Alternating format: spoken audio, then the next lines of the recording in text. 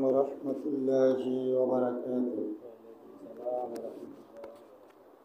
إن الحمد لله نحمده ونستعينه ونستغفره ونعوذ بالله من شرور أنفسنا ومن سيئات أعمالنا. من يهده الله فلا مضل له ومن يضلله فلا هادي له. وأشهد أن لا إله إلا الله وأشهد أن محمدا عبده ورسوله. أعوذ بالله من الشيطان الرجيم.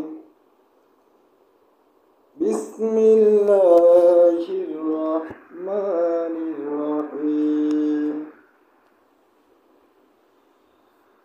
يا أيها الناس كلوا مما في الأرض حلالا طيبا ولا تتبعوا خطوات الشيطان إنه لكم عدو مبين. صدق الله العظيم. عن عمرو بن عوف المزني رضي الله تعالى عنه قال عن النبي صلى الله عليه وسلم قال الصلح جائز بين المسلمين إلا صلحا حرم حلالا أو أحل حراما والمسلمون على شروطهم إلا شرط حرم حلالا أو أحل حراما. رواه الترمذي. يا أيها الذين آمنوا صلوا عليه وسلموا تسليما. اللهم صل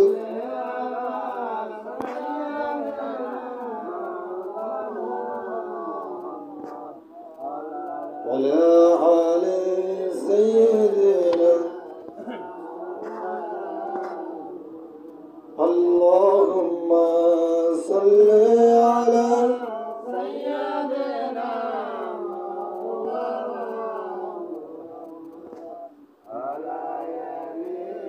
سيدنا مولانا محمد. আসমান জমিন সবাই বলে আজকে মোদের খুশির দিন। দুনিয়াতে তাশরীফ আনবেন রাহমাতাল লিল আলামিন। আল্লাহ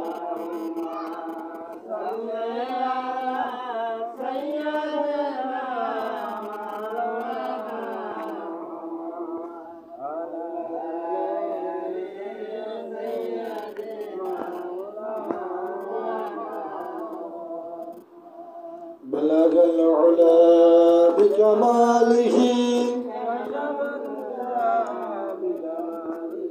حسنة زمية صالح صلوا عليه. الحمد لله.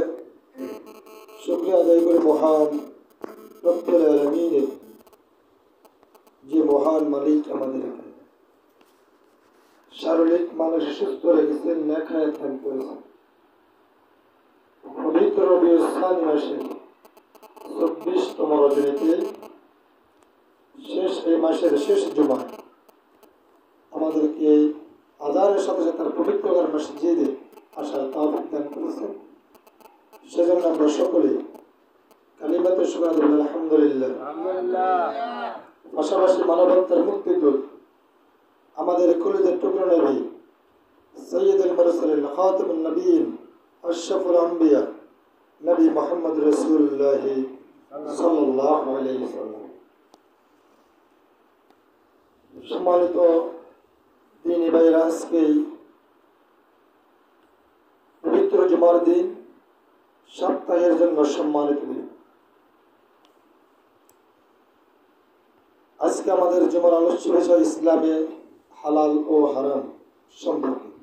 আমরা সেই সুবাদে কোরআনের দ্বিতীয়তম সূরা সূরাতুল আল বাকারার 168 নম্বর আয়াত তেলাওয়াত করেছি। রাসূলুল্লাহ সাল্লাল্লাহু আলাইহি সাল্লামের অসংখ্য হাদিসের থেকে একটি তিরমিজি শরীফ হাদিসটি এসেছে।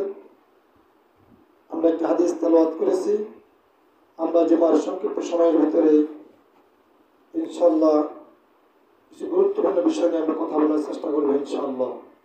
সুবহানাকা লা ইলমা লানা ইল্লা মা আল্লামতানা ইন্নাকা আনতাল আলিমুল হাকীম। হালাল শব্দের অর্থ স্বীকৃত, আর হারাম শব্দের অর্থ নিষিদ্ধ। মানে এক কথায় আল্লাহ তাআলা যা কিছু বান্দার জন্য পারমিশন দিয়েছেন, খেতে পারবে, ব্যবহার করতে পারবে, পড়তে পারবে, তাকে বলে হালাল। তাকে কি বলে? আর যা কিছু খেতে নিষেধ করেছেন, করতে নিষেধ করেছেন, পড়তে নিষেধ করেছেন, তা কিছু হারাম। তাহলে আদেশগুলো হালাল আর নিষেধগুলি হারাম। এ হলো হালাল আর হারাম। আল্লাহ তাআলা বলেন, ইয়া আইয়ুহান নাস কুলু মিম্মা ফিল আরদি হালালান তাইয়িবান ওয়ালা তাত্তাবিউ খুতুওয়াতিশ শাইতান ইন্নাহু লাকুম আদুউম মুবিন। হে মানব মণ্ডলী, তোমরা হালাল ও পবিত্র বস্তুর মধ্যে প্রতিবক্ষণ করো, আর তোমরা শয়তানের পদক্ষেপ অনুসরণ করিও না। নিশ্চয় সে তোমাদের প্রকাশ্য শত্রু। শয়তান আমাদের বন্ধু না শত্রু? কিরকম শত্রু? আমাদেরকে নিয়ে কোথায় যাবে? জাহান্নাম পর্যন্ত পৌঁছে দেওয়া পর্যন্ত তার দায়িত্ব থাকবে। এরকম শত্রু এরকম শত্রু আর কেউ আসেনি। তাও আল্লাহ বলছে আদুউম মুবিন, সে তোমাদের গোপন শত্রু না, প্রকাশ্যে শত্রু। একটা আছে গোপন শত্রু, সে আমার পিছনে পিছনে কাজ করে, আমি জানতে পারি না, কিন্তু আমার সামনে এসে সে আমার, কিন্তু ও হলো প্রকাশ্যে শত্রু। কিন্তু তারপরও সারা পৃথিবীতে তার অনুসারী বেশি নাকি আল্লাহর অনুসারী বেশি? শয়তান অনুসারী বেশি না? 1 নম্বরে 650 কোটি কাফের তো শয়তান অনুসারী। আল্লাহকে মান না, তারা অন্য কিছু মানে। আর 150 কোটি মুসলমান। এই 150 কোটির ভিতরে ভাগ করতে করতে কত পার্সেন্ট থাকবে আল্লাহ আলম, আল্লাহ ভালো জানে। আল্লাহ বলছেন শয়তান তোমাদের প্রকাশ্য শত্রু। এই শয়তানের কোনো বিধান মানা যাবে না। এই শয়তানের কারণে আমরা জান্নাত থেকে আজকে পৃথিবীতে আগমন।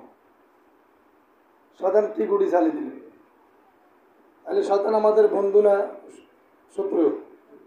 আমাদের আব্বার বন্ধু না শত্রু? আমাদের আদি পিতা হযরত আদম আলাইহিস সালাম, তিনি এবং আমাদের আদি মাতা হযরত হাওয়া আলাইহিস সালাম দুজনেই জান্নাতে বসবাস করছে।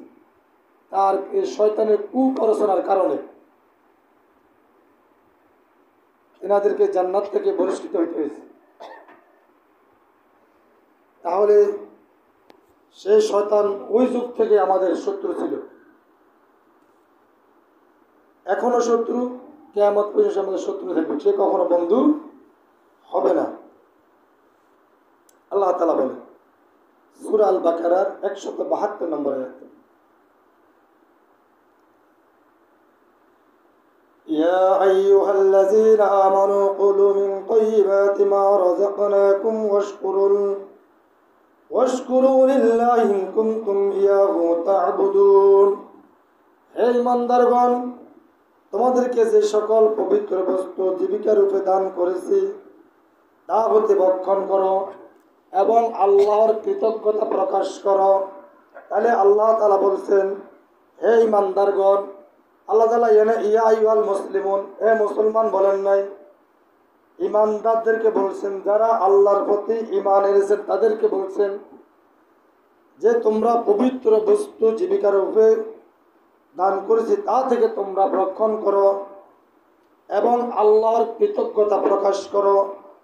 যদি তোমরা একান্তভাবে তার ইবাদত করো যদি তোমরা আল্লাহর ইবাদত করো তাহলে তোমরা তারই হুকুম মানবে। আর আমরা ইবাদত করি কার? কার ইবাদত করি? আল্লাহর ইবাদত করি। তাহলে আমাদেরকে বলা হয়েছে। আজ যদি আমরা আল্লাহর ইবাদত করি না তাহলে আমাদের জন্য অর্ডার নয়। আল্লাহ বলছে তোমরা আমার ইবাদত করো, এজন্য আমি তোমাদেরকে হালাল বস্তু তোমাদের খাওয়ার জন্য আদেশ করে দিচ্ছি। তোমরা সেগুলি ভক্ষণ করবে আর খাওয়ার পরে আল্লাহ তাআলা কৃতজ্ঞতা প্রকাশ করবে।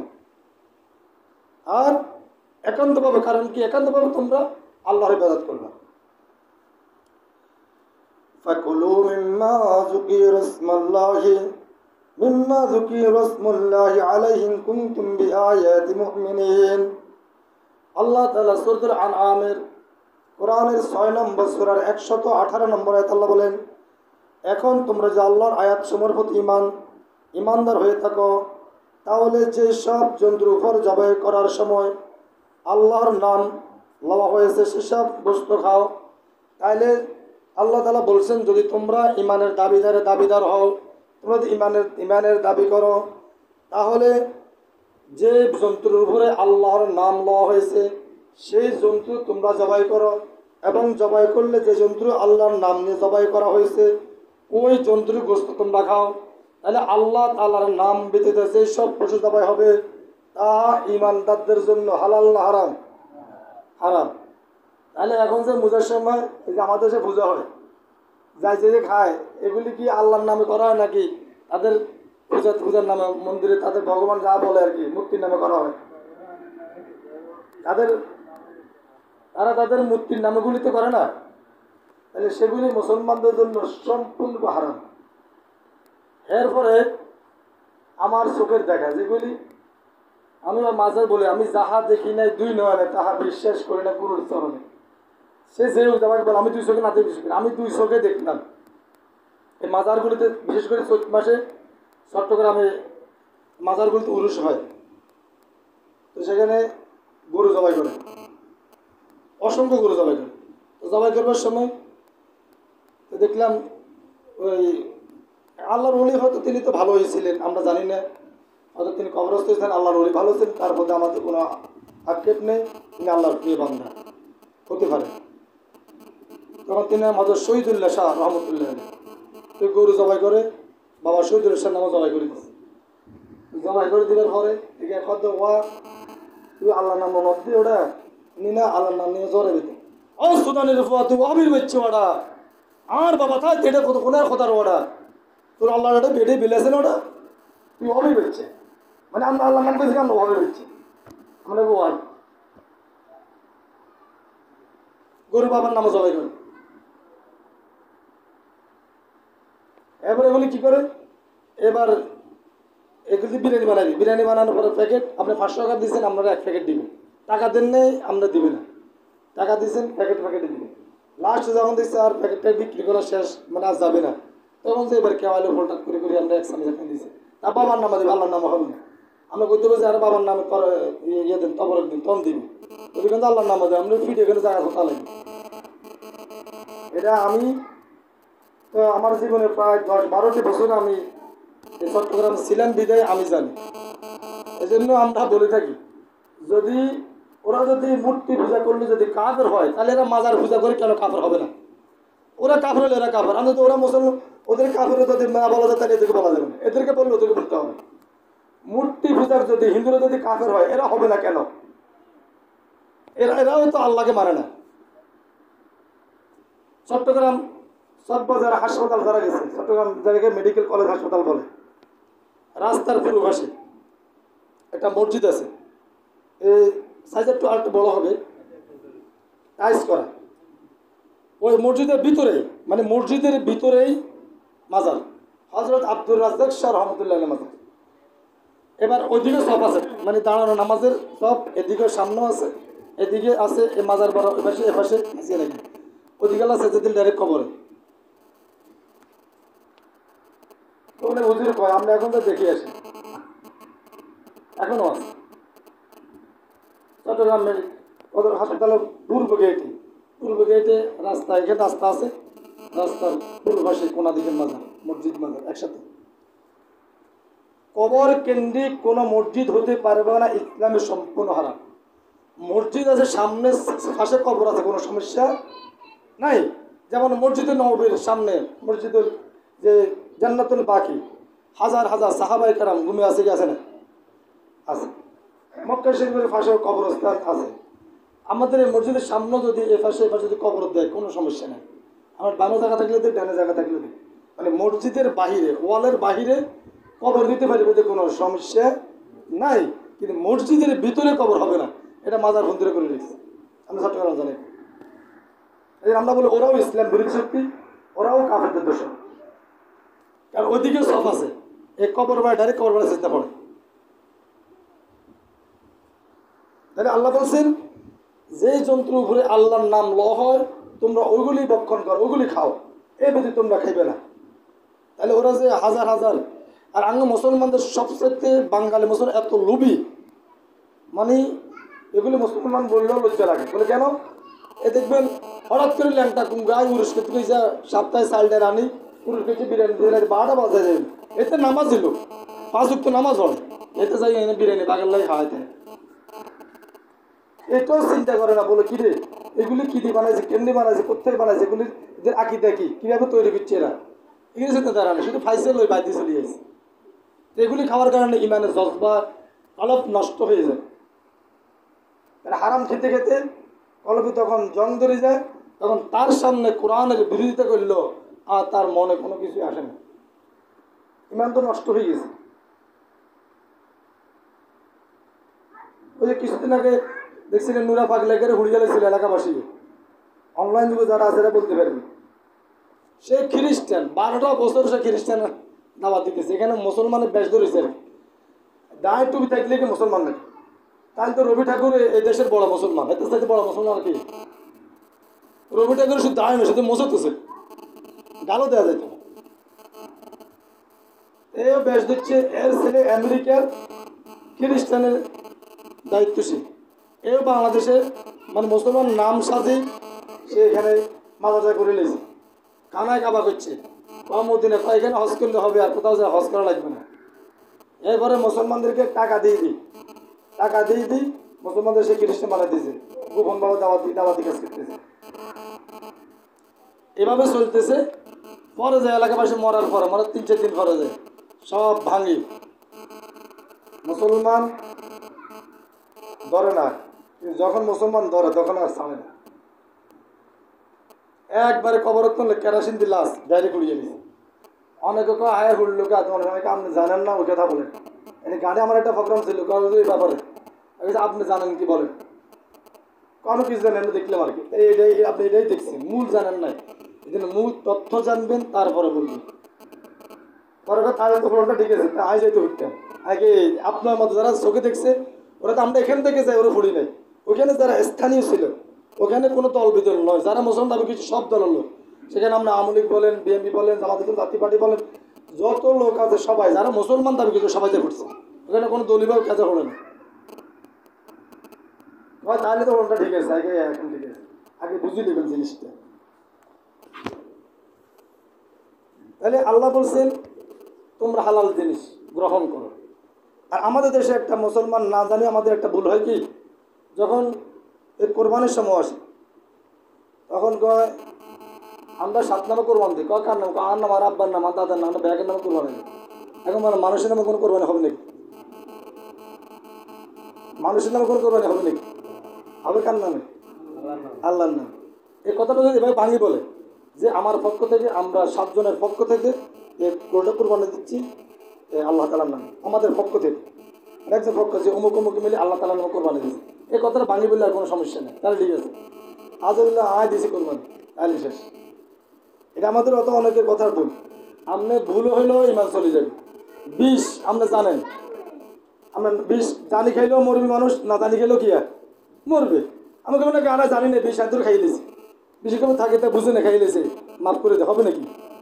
বিষ বুঝে খেলেও মরবেন, না বুঝে খেলেও মরবে। সেরেক আপনি যদি বুঝিয়ে করেন না বুঝিয়ে করেন, সেরেক হবে। কিন্তু কথাটা ওইভাবে ক্লিয়ার বলতে হয় যে আমার পক্ষ থেকে আল্লাহ তাআলা নাম কোরবানি দিচ্ছে, তাহলে আর কোনো সমস্যা নেই, কথা ক্লিয়ার, মানে কথার মাধ্যমে। এটা শুধু একটা কথা, এখানে কোনো টাকা পয়সা খরচ না যে ভাই আমরা 7 শরীক কজন কথার পরে বলে যেমন শাশুড়িকে অমুক, আমরা সব আমার পক্ষ থেকে, আমার মেয়ের পক্ষ থেকে, অথবা আমার পার্শ্ববর্তী অমুক ভাইয়ের পক্ষ থেকে, আমরা 7 পক্ষ থেকে আল্লাহ তাআলা কোরবানি দিচ্ছি। এ কথা বলে আর কোনো সমস্যা নেই, মানে ফ্যাসটা ঘুরিয়ে নিলে আর কোনো ঝামেলা নেই। কিন্তু ফ্যাস হচ্ছে আমি কোরবানি দিই, আর নামে কোরবানি, কার নামে, আর নামে কোরবানি দিই, তাহলে শেষ, আমার পক্ষ থেকে, এ কথা বললে আর কোনো সমস্যা নেই। মানে একটি কথাই ইমান থাকে এবং মেসেজ দিয়ে, এটা আমরা কথা বলার সময় একটু খেয়াল করলে হবে, ওখানে আর কোনো ঝামেলা নেই।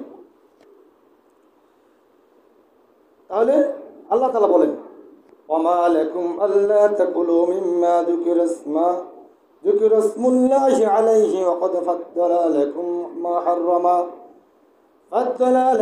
মা হাররামা আলাইকুম ইল্লা মাদতুরিরতুম ইলাই। আল্লাহ তাআলা বলেন আল্লাহর নাম লওয়া হয়েছে যে জিনিসের উপরে তা তোমরা খাবে না, তার কারণ থাকতে পারে, অথচ নিতান্তই ঠেকার সময় অন্যান্য সর্বাবস্থায় যেসব জিনিসের ব্যবহার আল্লাহর হারাম করে দিয়েছেন তা তিনি তোমাদেরকে বিস্তারিত করে বলে দিয়েছেন। আল্লাহ কয় যখন তুমি এমন পরিস্থিতি পড়েছো বান্দা, তোমার উপায় নেই, তখন হয়তো তুমি তোমার জন্য ওই সময়ের জন্য অত কিছু হালাল হতে পারে। যখন এখান থেকে তুমি এসে, যেমন একটা কথার কথা, চট্টগ্রাম এখনকার যুগের জন্য নয়, কারণ এখন বিকাশের যুগ, এটা হয়তো বিকাশের যুগের আগে মাসালাটা ছিল। এটা হলো চট্টগ্রামে কোটিপতি, এটা জন্য 10 তলা 20 তলা বাড়িয়েছে, কিন্তু এখানে বেচারা আসছে, এখন এতে টাকা ঢুকে ফুরে গেছে, কোনো টাকা নেই এখন তার থেকে।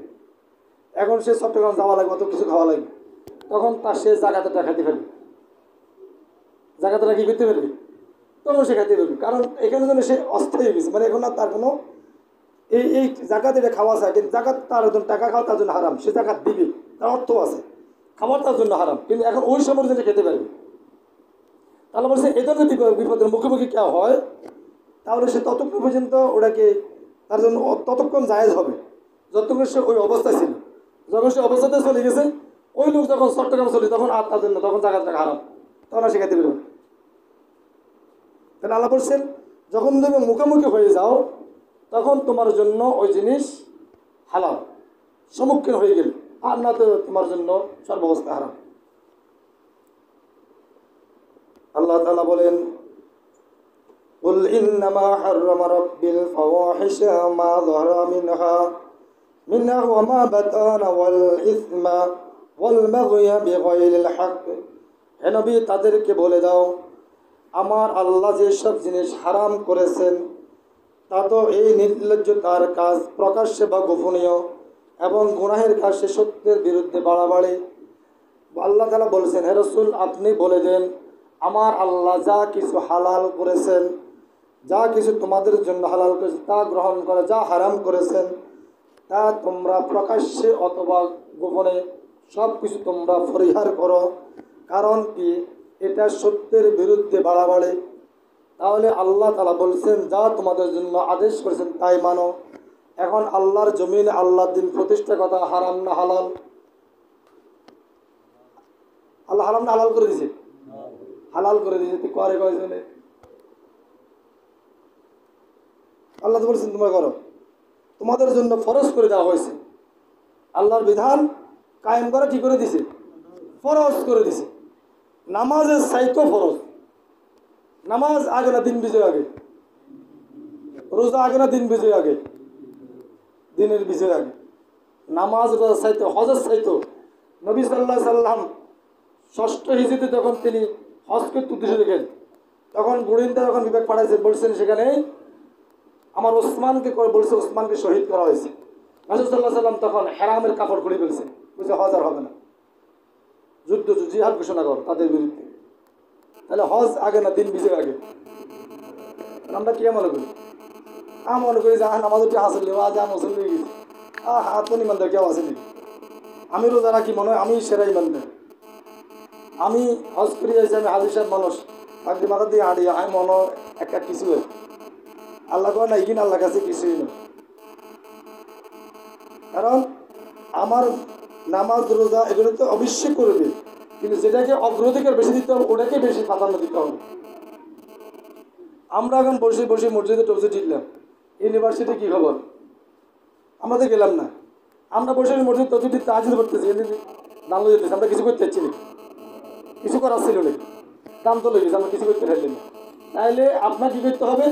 সৎ কাজের আদেশ, অসৎ কাজের নিষেধ। এর জন্য আপনি একাকী পারবেন না। আল্লাহ বলছে তোমরা একাকী পারবে না, এই জন্য তোমাদেরকে সংঘবদ্ধ হতে হবে, সংঘবদ্ধ হয়ে কাজ করতে হবে। একাকী কোনো কিছু করা সম্ভব নয়। এই এলাকায় যদি আমরা যদি কোনো কিছু করতে যাই একজনে, সে যেই হোক, তার পক্ষে করা সম্ভব না, অসম্ভব হবে, অসম্ভব হবে।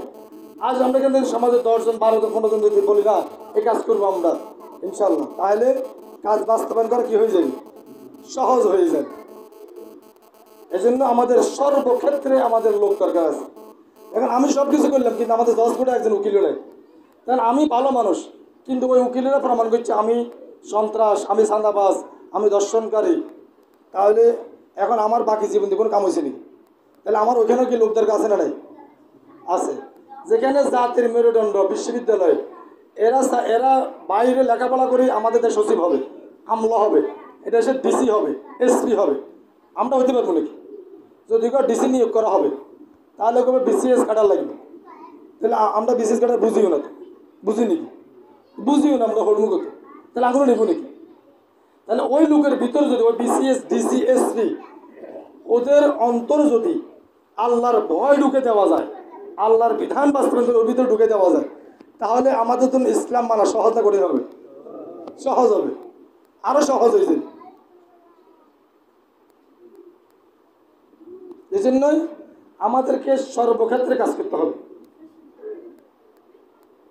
ইসলামের 100টা যদি খুঁটিনাটি ধরেন, যদি ফরজ 100টা বিধান ধরেন আপনি, তাহলে নামাজ, ইমান একটি বিধান, তারপরে নামাজ একটি বিধান, আপনার জাকাত একটি বিধান, হজ একটি বিধান, আপনার জন্য রমজান রোজা একটি বিধান, আল্লাহর দিন প্রতিষ্ঠা করা একটি বিধান, আল্লাহর আদেশগুলি হালালগুলিকে গ্রহণ করা এটা আল্লাহ একটি বিধান, হারামকে পরিহার করা এটা একটি বিধান, সৎ কাজে আদেশ করা, অসৎ কাজের নিষেধ করা, সত্যের বিরুদ্ধে অটল থাকা, এগুলি যদি 100টা পাঠ করেন এই ব্যাপার আপনাকে দিন বিজয়ের একটা জান্ডা হয়ে যাওয়া। আর আলহামদুলিল্লাহ এখন তো আমাদের অবস্থায় ভালো, আল্লাহ তাআলা দ্বীনের একটি আলো দেখাচ্ছে বাংলাদেশে। যদি আমরা ধরে রাখতে পারি এই বাংলার জমিনের জন্য ভালো হবে কি হবে না খারাপ হবে? ভালো হবে। আল্লাহ তাআলা এটাই দ্বীনের একটি বিজয়, কারণ এদেশের মানুষ ইসলাম প্রিয়, এদেশের মানুষ কোরআন প্রিয়। তার প্রমাণ আমাদের শিক্ষিত সমাজ, ভার্সিটির ছেলেরা শিক্ষিত না অশিক্ষিত? শিক্ষিত সমাজ যদি বেছে নিতে পারে যে কাদেরকে বেছে নিলে আমাদের ওইখানে আমাদের ইউনিভার্সিটির মা বোনদের, আমাদের বোনদের ইজ্জত রক্ষা হবে, আমাদের দেশের ছাত্র বান্ধব রক্ষা হবে, আমাদের দেশের সম্পদ রক্ষা হবে, এই দেশের মানবতার কাজে কাজ করবে, ওগুলি ওরা বাসির নিচে কি নেই নাই। গত 15-16 তারিখে আলহামদুলিল্লাহ চট্টগ্রাম আমাদের 26-এর ভিতরে 24, আর রাজশাহী বিশ্ববিদ্যালয় 23-এর ভিতরে 22। স্বতন্ত্র একজন ছেলে, সেই একটা পাইছে, জিএস পদটা সে পাই গেছে স্বতন্ত্রের ভিতরে। সে ছিল সমন্বয়ক, ছিল 37শে জুলাই আন্দোলনের সমন্বয়ক ছিল। সে কবুল করছে আল্লাহ তাআলা। আর যাদের দ্বারা দেশ ও জাতির ক্ষতি হবে, আগামীর বাংলার অন্ধকার হবে, আল্লাহ তাদের কবুল করেন। এবং ওইখানে 6টি মহিলা কন্ট্রোল, সবখানে সবাই এক দাস্তে মেয়েরা, এক টানা মেয়েরা ভোট দিয়ে গেছে। মোস্তাফিজুর রহমান জাহিদ, যিনি শিবির বিপি হয়েছিলেন, তিনাকে দিয়ে দিছে এক টানা ভোট। তিনি বলছেন ওরাই আমাদের কাছে নিরাপদ, ওরাই আমাদের ফ্রি, মায়ের পাটে বাইরের সাথে আমাদের ইজ্জত রক্ষার জন্য ওরা কাজ করে বেশি, আমরা তো আমাদের বাইরে থেকে বাঁচিয়ে নিছি। তাহলে আমরা যদি এই আলোর সাথে ধরে রাখতে পারি, আমার এই দেশ, এই শাহজালাল ইয়ামিন এসে লক্ষ্য উদ্দেশ্য নিয়ে দেশে এসেছেন। শাহজালাল, শাহ মাকতুসহ অসংখ্য আলিকান 360 জন আল্লাহর ওলির দেশে যখন এসেছেন, তারা সত্যের বাণী মানুষকে পৌঁছে দেওয়ার জন্য, অন্ধকার থেকে আমাদেরকে আলোর দিকে পৌঁছানোর জন্য তারা এই কাজগুলি করে যাচ্ছে, তারা করে গেছেন। আমরাও সেই শাহজালালের উত্তরসূরি হিসেবে আমাদের করা দরকার আছে না? আমরাও সেই শাহজালালের উত্তরসূরি, আমরাও সেই শাহজালালকে আমরা সম্মান করে তাকে অনুসরণ করি। শাহজালাল রহমতুল্লাহ এদেশে এসেছেন দিন বিজয়ের কাজ করার জন্য। সে শাহজালাল উত্তরসূরিদেরকে আল্লাহ তাআলা বাংলাদেশ ফার্স্ট বিশ্ববিদ্যালয় আল্লাহ তাদেরকে বিজয় দান করছেন। আরও যত আছে ইনশাআল্লাহ প্রতিটি ক্ষেত্রে দিনের বিজয় হবে, আর চাঁদাবাজ সন্ত্রাসদের দমন এখানে শেষ। আজকে আমরা দেখছি শুকরানা কাকে বলে? আল্লাহ বলছে ফাসাব্বিহ বিসমি ফাসাব্বিহ বিহামদি, তোমরা যখনই আল্লাহ তোমার বিজয় দান করো তোমরা আল্লাহ তাসবিহ পাঠ করো। তারা আজকে শুকরানা নামাজ সেক্রেটারি জেনারেল নুরুল সাদ্দাম ভাইয়ের নেতৃত্বে তারা শুকরানা নামাজ পড়ছে। নামাজ আমরা আল্লাহর শেষ 2 রাকাত তারা নামাজ পড়ে শুকরিয়া নামাজ পড়ছে। আর কেউ পুরে বাংলার মিছিল রং রং করে উলট ঢালট করে সাদা মাসুল নি সব মিলন মেলা করিয়ে নিত। আর তারা সবাই নারায়ে তাকবীর স্লোগানে আল্লাহর ওই আকাশ বাতাসকে তারা উন্মুক্ত করে দিয়েছে। এই হলো সত্য আর মিথ্যার পার্থক্য এগুলি। তারা শুকরিয়া নামাজ পড়ে ইবাদত করার জন্য বলছে, সকলকে বলছে সবাই এই বিজয় ধরে রাখতে হলে সবাই আল্লাহর ইবাদত করতে বেশি বেশি, সবাই নামাজ পড়তে হবে, সবাই নামাজ পড়ে আল্লাহকে সেজদা দিতে হবে, বেশি বেশি আল্লাহকে সেজদা দেন। এই হলো হক আর বাতিলের পার্থক্য এটাই। এই জন্য আমরা হালালকে হালাল হিসেবে, হারামকে হারাম হিসেবে শুধু আমি নিজে গ্রহণ করলে হবে নাকি আমার এই পরিবারের সকল গ্রহণ করাতে হবে। এই জন্য ওই যে আমলকের মন্ত্রী ছিল আবুল মাল আব্দুল মোহিত, এই কয় শুধু টিয়ারে কয় কালো টিয়ারে সাদা করে এলাম, সংসদে আমরা করি সাদা হয়েছি। হারাম কখনো হালাল হয় না, আর হালাল কখনো হারাম হয় না। হারাম তো হারামে নিষিদ্ধই, তো এভাবে আবার অবৈধ টিয়ার কীভাবে বৈধ করে তারা সংসদে করিয়ে নিয়েছে। তাহলে পুরো জাতিরে তারা একটা হারামের ভিতরে রেখেছে। আর যদি আলেমরা যদি এখানে যায়, কোরআনওয়ালা যদি এখানে যায়, তাহলে তারাই ওখানে হালালকে হালাল হিসেবে ধরবে, হারামকে হারাম হিসেবে এখান থেকে পরিহার করবে। এটাই আগামী বাংলাদেশ 2026 সালের মানুষের প্রতিজ্ঞা, এবং এদেশের 90% ইমানদার মুসলমান যারা আছে তাদের সকলেরই প্রতিজ্ঞা যে আমরা আল্লাহ তাআলার এই কোরআনকে বিজয় করার জন্য আমরা সকলে ঐক্যবদ্ধ, নাকি দ্বিমত? আমরা আল্লাহর কোরআনকে বিজয় করবো, এতে কোনো দল বিদল আমরা বাঁচি না। যে আল্লাহর কোরআনের কথা বলবে সে আমার মুসলমান ভাই, আর যে আল্লাহর বিরুদ্ধে কথা বলবে, আল্লাহর আইনের বিরুদ্ধে কথা বলবে, সে যেই হোক, আমার বাবা হলে বাবা, আমার বাবা হলে কিচ্ছু আসে যায় না। বাবা হলে বাবাকে মানা যাবে না। যদি বাবাকে মানা যায়, বাবা আনুগত্য করে, তাহলে আমরা আমাদের জাতির ভিতরে ইব্রাহিম আলাইহিস সালামকে পাইতাম নাকি? তিনার বাবা মুসলমান ছিলেন না কাফের ছিলেন? তাহলে আল্লাহর বিরুদ্ধে আমার বাবা কথা বললো, আমি বাবাকেও মানি না। এরপরে আমার সন্তান যদি আল্লাহর বিরুদ্ধে হয়, আমি সন্তানকেও সন্তান হিসেবে নেব না। যার উদাহরণ আমাদের নূহ আলাইহিস সালাম, তিনি আমাদের প্রথম নবী এবং প্রথম রসুল। তিনার ছেলে কেনান মুসলমান না কাফের? কাফের।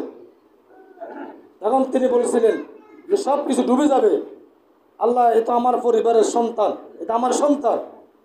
আল্লাহ বলছেন নূহ খবরদার, লাইসা মিন আহলিক, খবরদার মুশরিক কখনো মুমিনের পরিবারের লোক হতে পারে না। সে তোমার সন্তান ঠিক আছে, তোমার পরিবারের লোক নয়। সমস্ত মুসলমানেরাই একই পরিবারের লোক, সে যে কোনো দেশের লোক হোক। যে আমার বাবাও যদি ইসলাম বিরোধী হয়, আমার বাবাও যদি বলে যে শরীরের কোনো আইন আমরা মানি না, এদেশে মানতে দেবো না, সে আমার বাইরে, সে বাবা হতে পারে কিন্তু সে আমার পরিবারের লোক নয়। আমার ভাই যদি কথা বলে, সে আমার ভাই হতে পারে, কিন্তু পরিবারের লোক নয়। আমরা পরিবারের লোক কারা? যারা আল্লাহর কোরআনকে মানবে, আমার নবীজির সুন্নাহকে মানবে, তারা আমরা সবাই একই পরিবারের লোক, সে যেই হোক। সে যদি আমার নোয়াখালীর লোক না হয়, কুমিল্লার হয়, সাবা নবাবগঞ্জের হয়, বিদেশের হয়, পৃথিবীর যেখানে লোক হবে, সে আমার ভাই, সে আমার পরিবারের লোক। এই জন্য আমরা সত্যকে সত্য, মিথ্যাকে মিথ্যা সে বাস্তবায়ন করার জন্য আল্লাহ তাআলা আমাদেরকে পৃথিবীতে পাঠাইছেন। আল্লাহ তাআলা বলছেন ইন্নী জাইলুন ফিল আরদি খলিফা, তোমাদেরকে পাঠানো হয়েছে জমিনের খলিফা হিসাবে। আর আমরা ইন্নী জাইলুন ফিল আরদি মসজিদ, আমরা মসজিদ খলিফা হয়ে গেছি। ইন্নী জাইলুন ফিল আরদি মাদ্রাসা, আমরা মাদ্রাসা খলিফা হয়ে গেছি। নিজের কি বুজুর্গ মনে করি আমরা। আল্লাহ বলছেন ইন্নী জাইলুন ফিল আরদি খলিফা, তোমাদেরকে জমিনের খলিফা করে পাঠানো হয়েছে। আর আমরা জমিনে আছি নাকি? জমিন ইসলাম বিরোধী দখল করে দিয়েছে, আর আমরা মসজিদ তসবিহ টিপতেছি। আল্লাহ জমিনকে বাস্তবায়ন, তোমাদেরকে জমিনে ফাটানো হয়েছে, জমিনে আমার দিন প্রতিষ্ঠা করার জন্য। আমরা জমিন থুই, ওই জমিনে গেলে কিল খেয়া লাগবে, কিলেটর আনা জমিনে থাকে না, জানো যে জমিনে কিল খেয়া লাগে, কিলেটর আর নাই, কয় যেখানে আছে মার আমার আমরা নাই। সুন্দর করে কয় বাজে আমরা কোনো দল করি না, আমরা কোনো দল। একটা লোক যখন মন্দিরে যায়, সে তার ধর্মের অনুসারী হয়, হয় না? সে একটা দলের লোক, সে হিন্দুর দলের লোক। একজন খ্রিস্টান যখন গির্জায় যায় তখন সে খ্রিস্টান, সে ওই দলের লোক। একজন মুসলমান যখন মসজিদে আসে তখন সে মুসলমান দলের লোক। আর এ কয় কোনো দল করে তাহলে টাটকা মুনাফিক। এই জন্য শরীয়তের মাসালা যে ইমাম বলবে আমি কোনো দল করি না, কোরআনে কোন দল করি না, ওর ইমামতি লওয়াটা নিষেধ, ওর পিছনে নামাজ পড়া কবিরা গুনাহ, ওর নামাজ হবে না। ও তো সিটিং, ও জোজদের দিকে বাতাসের দিকে, যেদিকে বিষয় দিকে সাথে দেবে। ওর মতো মুনাফিক দরকার নেই। ও চাকরি পাচ্ছেন আল্লাহ কয় আর কোনো দল করি না, ওর টাটকা মুনাফিক, ওর জাড়ো দিয়ে বার করার দরকার। কারণ আমি নামাজ পড়ি কার বিধান দিই? আল্লাহর বিধান দিয়ে নামাজ পড়ি। যদি আল্লাহ বিধান থাকে নামাজ পড়ে মানব নাকি? তাহলে এই তো আল্লাহ দল করে, এতে কথা কোনো সমস্যা কি? আসলে তো মুনাফিক সিটিং। এতে কতক্ষণ নামাজ আল্লাহর মানে এবারে মানতে চায় না, শেষ। এর দিয়ে ইমামতি হবে না, শুধু মুসলিম হবে কেন? এ যে আল্লাহর বিধান মানে না, সে আবার কিসের ইমাম হবে, কিসের ইমাম? কারণ আল্লাহর বিধান দিয়ে যখন সে নামাজ পড়ে সেখানে বলতেছে সিরাত আল্লাযিনা আনআমতা আলাইহিম, আল্লাহ আমাকে ওই পথে অনুসরণ করেন, ওই পথে নেন যে পথে আপনি খুশি। গায়রিল মাগদুবি আলাইহিম, ওই পথ নয়, ওয়ালাদ-দাল্লিন, যেই পথের উপরে, যাদের উপরে আপনি অভিশপ্ত দেন, গজব নাযিল করেছেন, ওই দলের ভিতরে আমি নাই। তাহলে সে সূরা ফাতিহা নামাজের প্রত্যেক রাকাতে পড়া লাগে কি লাগে না? প্রত্যেক রাকাতে সূরা ফাতিহা পড়া কি আর ওর কথা বলে ওয়াজিব কি? প্রত্যেক রাকাতে, হোক ফরজ নামাজ, হোক সুন্নত নামাজ, হোক ওয়াজিব নামাজ, যে কোনো নামাজে সূরা ফাতিহা পড়তে হবে। তো সে ওইখানেই বলে যে আল্লাহ আপনি যাদের উপর রাজি খুশি আসেন, আপনার নবীরা যে পথে আছে, সত্যওয়ালা যে পথে আছে, আমি সেই পথে আছি। ওই পথে আমি নাই, যেই পথে আপনার বিরোধী পার্টিরা আছে, যারা বলে আপনি শরীয়ত আইন মানি না, তারা আছে, ওদেরকে আমি মানি না, যাতে আপনি কত রাজি তাদের দল আমি নাই, আল্লাহ আমি নাই, এখানে আমি নাই, সেদিক হয় আমরা রাজি। এই যে সিটিংবাজি বলতেছে নামাজে একটা, বাইরে গেলে আরেকটা, এদেরকে কি হবে? এখান থেকে পরিহার করতে হবে। আমি নামাজে যাই বলি, কোরআনে যাই বলি, আমার পরিবার সমাজে তাই বাস্তবায়ন করতে হবে। কারণ আমি কোরআনে বলি এটা, তো মানি না ওটা, তাহলে আমি বড় ধান্দাবাজ না? এগুলো আল্লাহর কোরআনে কি বলতেছে? কোরআনে যাই বলছে আমি তাই মানি চলতে হবে। কারণ আমি মরার পরে আল্লাহ কাছে যেতে হবে, কোনো নেতা নেত্রী আমাকে বাঁচাইতে পারবে না। কারণ আমার কবরে রাখার সময় আমাকে আজান দিই, যখন আমি জন্মের পরে আমার কানে আজান দেওয়া হয়েছে কি হয় নাই? তখন কোনো দলের নেতার নাম কইছে নাকি? দলের নেতার নাম হচ্ছে তাকবীরে কামাইব নাকি? ওকে মুখে মানবো নাকি? আমরা যখন জানাজা হয় তখন যদি বলো যে ঠিক আছে অমুক দলের লোক, অমুক দলের নেতা, আল্লাহু আকবার, অত আল্লাহর নাম বাদ দিয়ে অমুক দলের নেতা হাত বান্ধিয়ে লেছে, কে জানাজা মানবো নাকি? কবরের সময় যদি কাজে তো অমুক দল, বিসমিল্লাহ ওয়ালা অমুক দলের লোক, আল্লাহ নাম হয়তো অমুক দল লাগছে, কে মানবো নাকি? মরাগা তো মানতো, মরাগা বেড়ে আর রোদির তোরে হিটটা ফতাম কি করছে, আর আল্লাহ নাম রাখ, নবীজির দলে রাখ, বিসমিল্লাহ ওয়ালা মিল্লাতি রাসূলুল্লাহ। তাহলে আপনি দুনিয়াতে নবীর কিছুই মানলেন না, নবীর দলে থাকলেন না, ওখানে বলে গেল লাভ কি? এটা তো একটা সিটিংবাজি কথা, মিথ্যা কথা। সে দুনিয়াতে ছিল ইসলাম বিরোধী, মরার পর তার লাশ রাখেন কবরে, আর কন বিসমিল্লাহ ওয়ালা মিল্লাতি রাসূলুল্লাহ, আল্লাহ তাআলার নামে রসুলের দলে রাখছে। তো রসুল কয় আল্লাহ কীর্তি সিটিংবাজি করে, সারা জীবন ইসলাম বিরোধী, কোরআন বিরোধী, আলেম বিরোধী, ওলামা বিরোধী ছিল। তুই অন হামে গছ বিসমিল্লাহ আয়, কোনো কবরে আয়, তোর কোন বাবারা আছে তোর বাঁচার তখন দেখা যাবে, ফিটা চলবো। ফেরেশতার কানে শুনে না, বড়া চোখেও দেখে না, পাথর হবে কমপক্ষে 70 টন ওজন, এমন বাড়ে দিব কমপক্ষে 70 গজ মাটির তলা দেবে, আবার উড়ে দেবে, আবার ফিটবে। আল ইয়াউমাল কিয়ামা, কিয়ামত শুধু ফিটের তলা থাকবে। ওইখানে কোনো তলে না, তাহলে কোনো কাম আছে নাকি? ওইখানে খানাগার আল্লাহর এবং তার নবীর।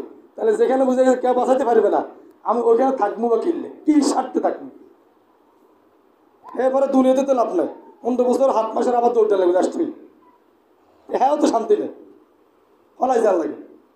আর আমি যদি আল্লাহর কোরআনের পক্ষে থাকি, যদি আমি ফলাবো না, এদেশে পড়ার জন্য আমাকে মেরে ফেলবে, এটাই সর্বোচ্চ মৃত্যুদণ্ড। এবার কিছু আছে নাকি? আমরা মরবো দেশ, আমাদের বাকিতে কোনো দেশ নেই, আমাদের কানাডা বাড়ি করতে পারে নাই, লন্ডন আমাদের বাড়ি নেই, কোথাও আমাদের কিছু নেই, ইন্ডিয়া জায়গাও দেবে না আমাদেরকে।